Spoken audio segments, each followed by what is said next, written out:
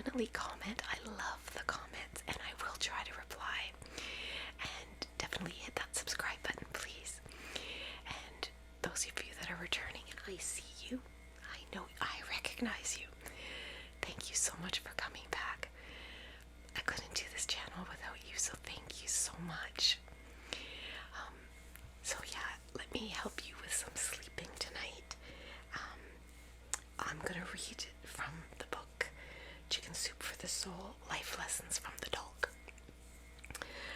Candy's been really playful today, so I want to do dogs today.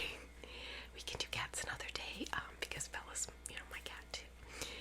But before we get into that, let's get into the right headspace, shall we? For those that are new, I'm just going to walk you through very briefly how we do this. We do a brief exercise to try to relax ourselves. We constantly do this when we want to slow our body down, slow our breathing down, help us feel more calm and in control. And it's some breathing, and I'll walk you through how to do it. But you can do this whenever you need to, when you want to relax, when you want to sleep, when you just want to calm yourself, when you're feeling chaotic around you and you need that minute for yourself. Take it. No one's going to give it to you. Take it. Take yourself away, a closet, a bathroom, whatever, an empty office, an empty room. This is for you. It's going to take less than a minute, but it's just for you. Okay? So, we're going to breathe in through our nose for a count of 4. And then we're going to gently hold it for a count of 4. And then we're going to breathe out slowly through pursed lips for a count of 4. Okay? My health hasn't been that great, guys. So I can't really do it with you, but I'm going to walk you through it tonight. And if you can't do it, that's okay. If you can only hold for 2, hold for 2. Okay? This is about making you comfortable. Now, eventually, if we do this often enough, our brain has been trained to send the signal to the rest of our body. And it really does help us feel in control of situations. So, ready to do the first set? Breathe in. 1, 2, 3, 4. Gently hold it. 1, 2, 3, 4. Breathe out. 1, 2, 3, 4. Good. Breathe in. 1, 2, 3, 4. Gently hold. 1, 2, 3, 4. Breathe out. 1, 2, 3, 4. Excellent. Now the last one. Breathe in. 1, 2, 3, 4. Now gently hold it. 1, 2, and breathe out. Very good. You guys did great. Now for the new people, I choose books like this to read. Chicken Soup for the Soul, Life Lessons from the Dog, Amy Newmark, 101 Tales of Family, Friendship, and Fun. Because there's no pictures, so you can just close your eyes and drift to the sound of my voice reading to you. Is your lighting okay to sleep? You can have it as light or dark as you want. The only thing I ask of you guys, no lit candles. Not when you're relaxing or sleeping, it's just too dangerous. Battery operated ones are great. I have my owls going tonight. So yeah, you can even wear a sleep mask if you want. This is about helping you fall asleep. I also never pre-select these stories. You can believe in whatever higher power you want or not.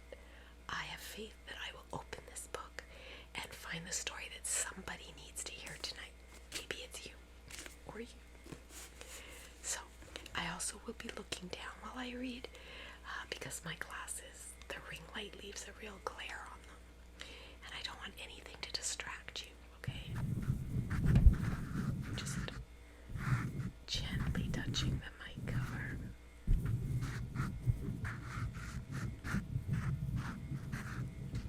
Because I want you guys relaxed.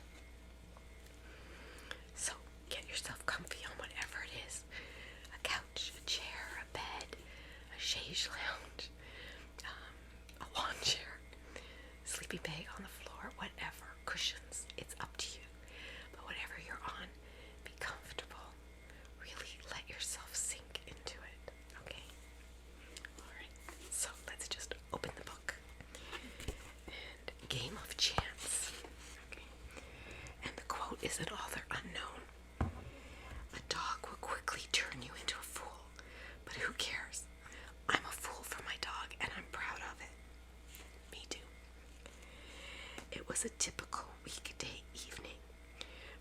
husband and I sat in our recliners watching television. Our dogs, Chance and Zarita, played with their toys on the floor in front of us. Chance was a tall, handsome boy with long, dark red coat. He came from a golden retriever rescue group, but he looked more like an Irish setter. He was 6 years old when we adopted him, and he weighed over 100 pounds, and he had little weight to lose.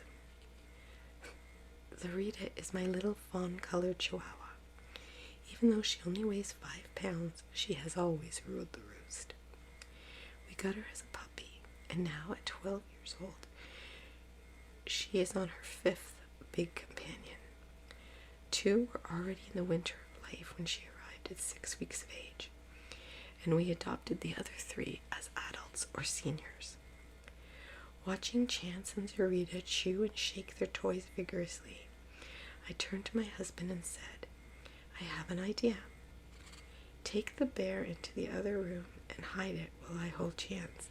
We can see if he can find it." Mark didn't roll his eyes, but I knew what he was thinking. With a dramatic sigh, he reached down, picked up the ratty gray bear, and walked into the other room. After he returned and sat down, I released Chance. He ran into the other room and was back in a flash with the bear in his mouth. My jaw dropped. I can't believe he found it so fast. I was amazed. Maybe our big goofy boy was highly intelligent after all.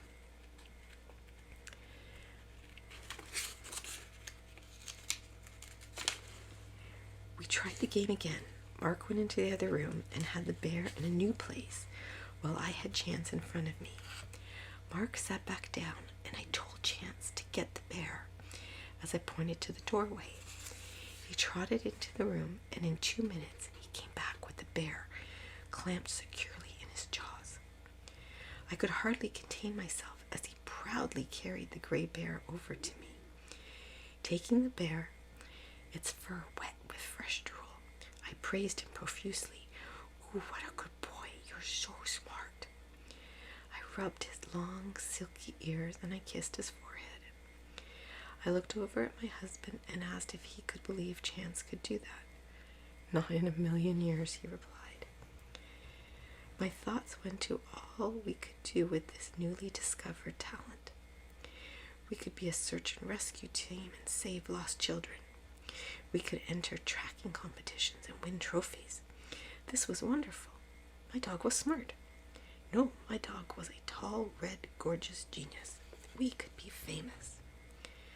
Mark was equally amazed, but not quite as enthusiastic as I was. We continued to playing the game, and no matter how many places Mark hid the bear, Chance returned with it in just a matter of seconds. It's not that I thought Chance lacked intelligence, but I only considered him to be average. As far as I knew, he didn't have any special talents. As he sat in front of me, accepting all my praise with a perplexed look in his eyes, I looked down towards the floor and noticed a pair of round eyes gazing up at me. There she sat, shivering with anticipation of the oohs and ahs and kisses that were surely going to come her way. My sweet Sarita, my little princess, she waited quietly at my feet. I narrowed my eyes at her as a disturbing thought came to mind.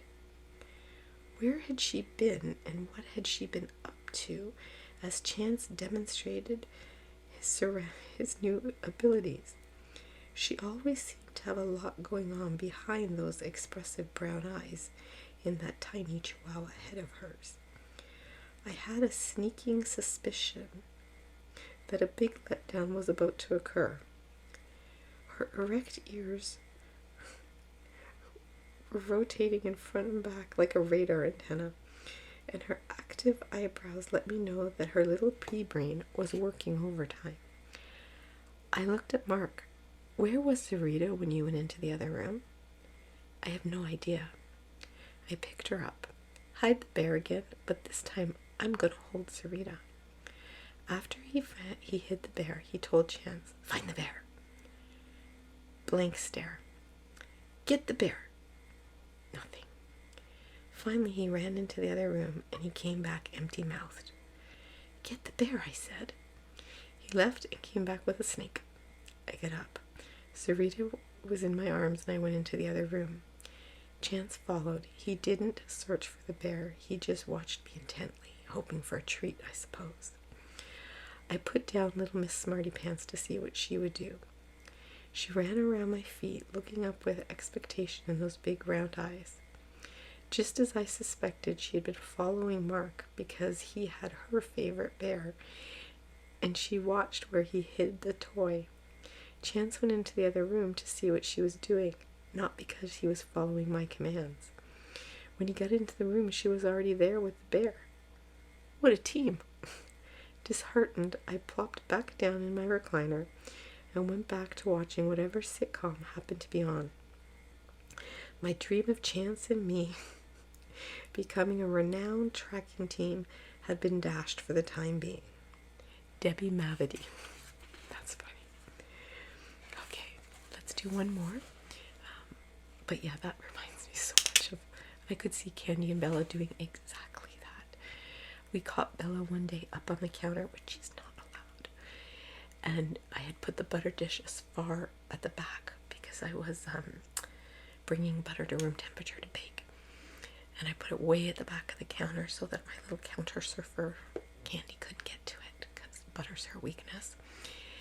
And I caught Bella pushing it forward. And my husband swears she was trying to knock it on Candy's head, but I think they were working together. I think they were in cahoots, as my mother would say. Okay, I hope half of you are asleep and the other half's about to be.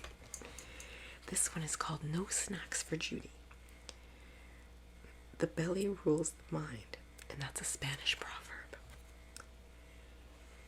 She was a lovable little bundle of fur, a 6-week-old newly weaned pup, and she snuggled against my chest as I held her. I had a name picked out for her, but for some reason, my sister Alice began calling her Judy, and the name stuck. Judy was a Heinz 57 variety of pet, with long ears that showed there was some hound in her. When I wasn't in school or sleeping, we were inseparable.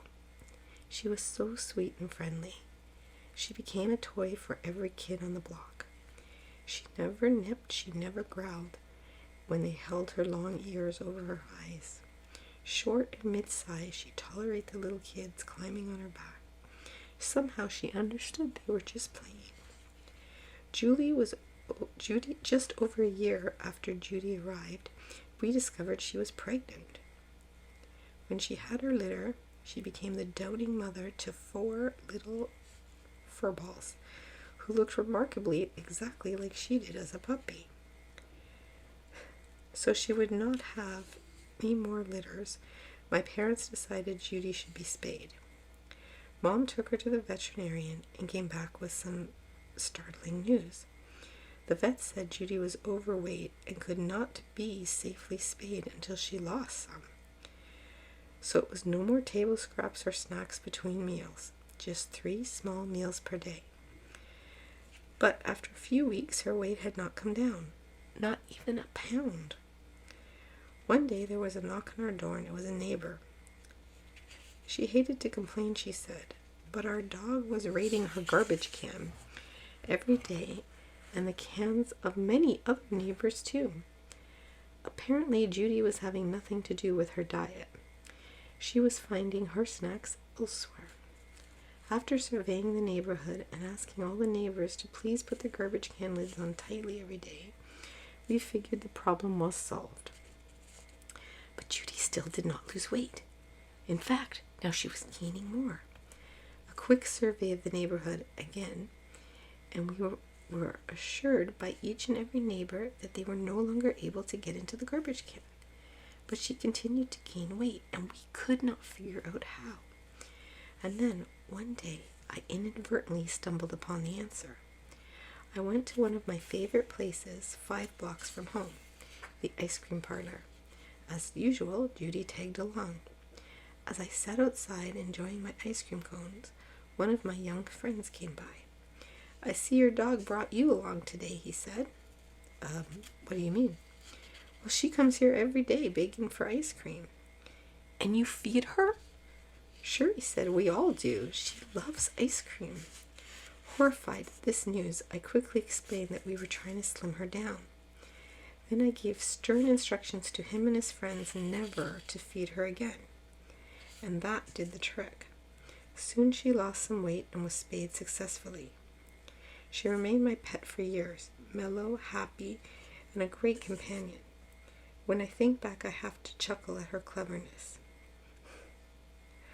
On one of our visits to the ice cream parlor when she was a puppy, I'd given her a taste of ice cream.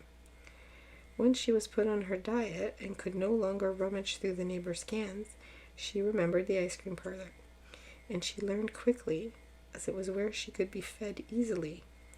And what a delicacy it was. Que presto. That's a good story. My cat and dog would do that. They're very food motivated. Incredibly food motivated. And of all three of us, I'm the biggest sucker. I haven't walked her in the morning in a while because of the long COVID, but before I got sick, I would walk her, and we always joked because I gave her so many treats, it was considered second breakfast, and I was called the second breakfast lady. So yeah. And then she discovered that she likes cheese. So anytime any of us are making anything with cheese, like, she is glued to our feet because you might drop something. And Bella just helps herself. Baby Angel was having a yogurt one day, and she left the room to get something. She came back in, and Bella had the yogurt container stuck on her head. She's very pretty.